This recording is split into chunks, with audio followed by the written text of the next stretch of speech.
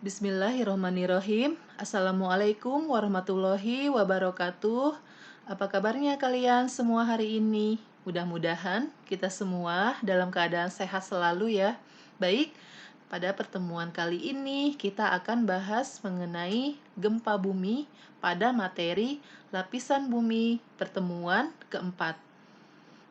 Nah, sebelum memulai materi hari ini, Ibu mau bertanya kepada kalian, apakah kalian tahu apa itu gempa bumi? Apakah kalian pernah melihat gempa bumi? Nah, mengapa bisa terjadi gempa bumi? Kemudian, apa saja penyebab yang menyebabkan terjadinya gempa bumi? Baik, pada pertemuan kali ini kita akan membahas semua yang mengenai tentang gempa bumi. Baik, langsung saja kita mulai.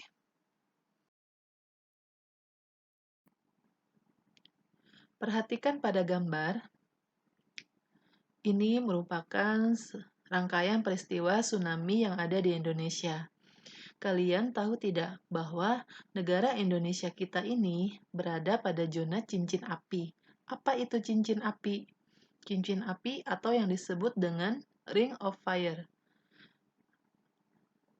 Yang dimaksud dengan Ring of Fire yaitu negara yang mempunyai aktivitas tektonik dan vulkanik yang sangat tinggi. Nah, dengan kondisi tersebut, Indonesia ini sering mengalami gempa bumi maupun tsunami. Kejadian tsunami yang terbaru pada saat ini yaitu gempa 7,4 skala Richter yang terjadi baru-baru ini di Sulawesi Tengah. Bencana tsunami ini bukan kali ini saja terjadi. Ternyata sejak tahun 1964 sampai dengan 2010 tercatat terjadi sebanyak 22 kali tsunami. Contohnya tsunami Aceh, tsunami Flores, tsunami Sumatera, ada tsunami Jawa Timur yang terjadi di Banyuwangi, kemudian tsunami Mentawai, tsunami Pangandaran, tsunami Maluku, tsunami Sulawesi, dan masih banyak lagi. Yang paling terbesar pada saat itu yaitu tsunami yang terjadi di Aceh. Korban jiwanya pada saat itu mencapai 250.000 orang. Dan ketinggian tsunami pada saat itu 34,5 meter. Bayangkan, sangat tinggi sekali kan pada saat itu. Nah, dari peristiwa-peristiwa tersebut diharapkan masyarakat Indonesia bisa mensikapi dengan kesadaran bahwa negara ini merupakan negara yang rentan gempa dan tsunami, sehingga masyarakat Indonesia ini siap siaga menghadapi potensi gempa bumi maupun tsunami. Dan suatu saat bisa saja tsunami ini terjadi kembali. Gempa bumi. Gempa bumi adalah getaran yang timbul akibat dari pergerakan lempeng-lempeng bumi. Getaran ini biasanya akan merusak bangunan dan menimbulkan korban jiwa. Perhatikan pada gambar.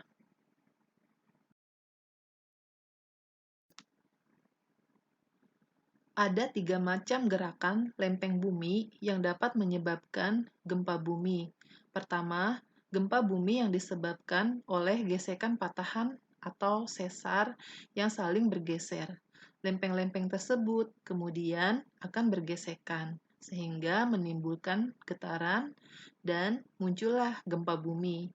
Getaran ini biasa disebut strike slip fall.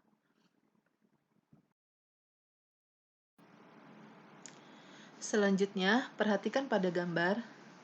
Ini merupakan gempa bumi yang terjadi karena disebabkan oleh patahan atau sesar yang saling bertumbukan, yang menyebabkan naik atau turunnya lempeng bumi akibat dari daya dorong saling berkebalikan, yang disebut dengan reverse fall. Ketiga, gempa bumi yang disebabkan patahan atau sesar yang saling menjauh. Patahan ini sering disebut dengan normal fault.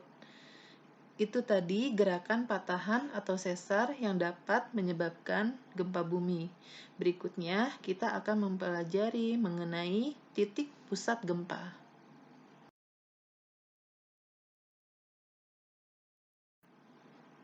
Titik pusat gempa. Ada dua titik gempa, yaitu hiposentrum dan epicentrum.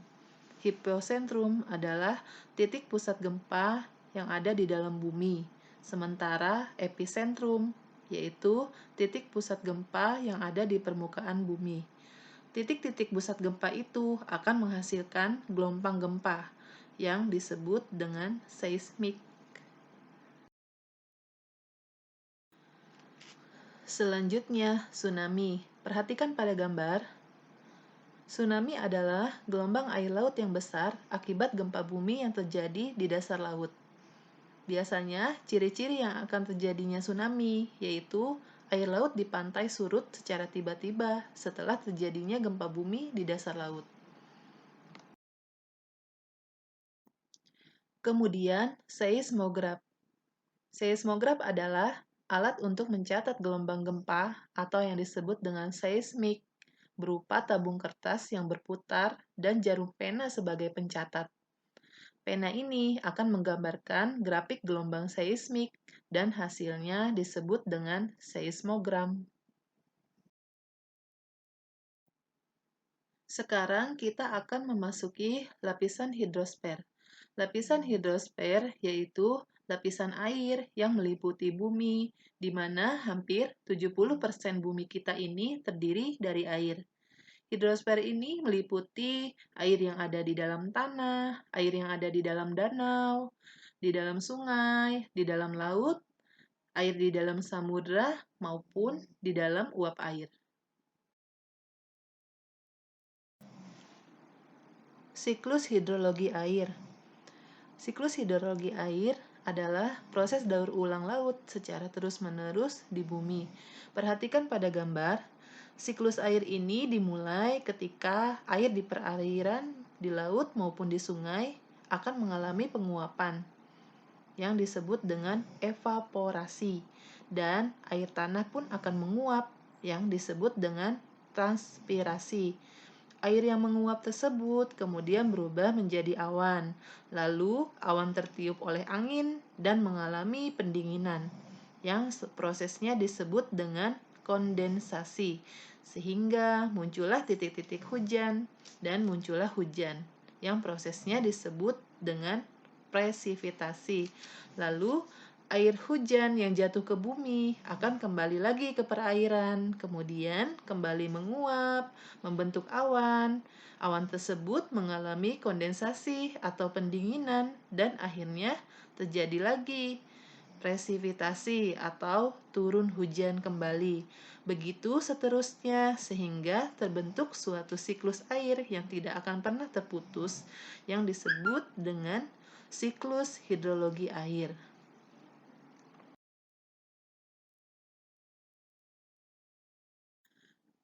Bagaimana? Mudah dipahami bukan? Mudah-mudahan bisa dipahami ya. Jika belum paham, bisa diulang-ulang videonya. Nah, sebagai bahan evaluasi di rumah, pertama, disarankan mencatat materi yang sudah disampaikan tadi. Kedua, mengerjakan kuisis, kemudian kirim nilai skornya ke grup kelas mata pelajaran IPA. Demikian materi hari ini. Semoga bermanfaat. Wassalamualaikum warahmatullahi wabarakatuh.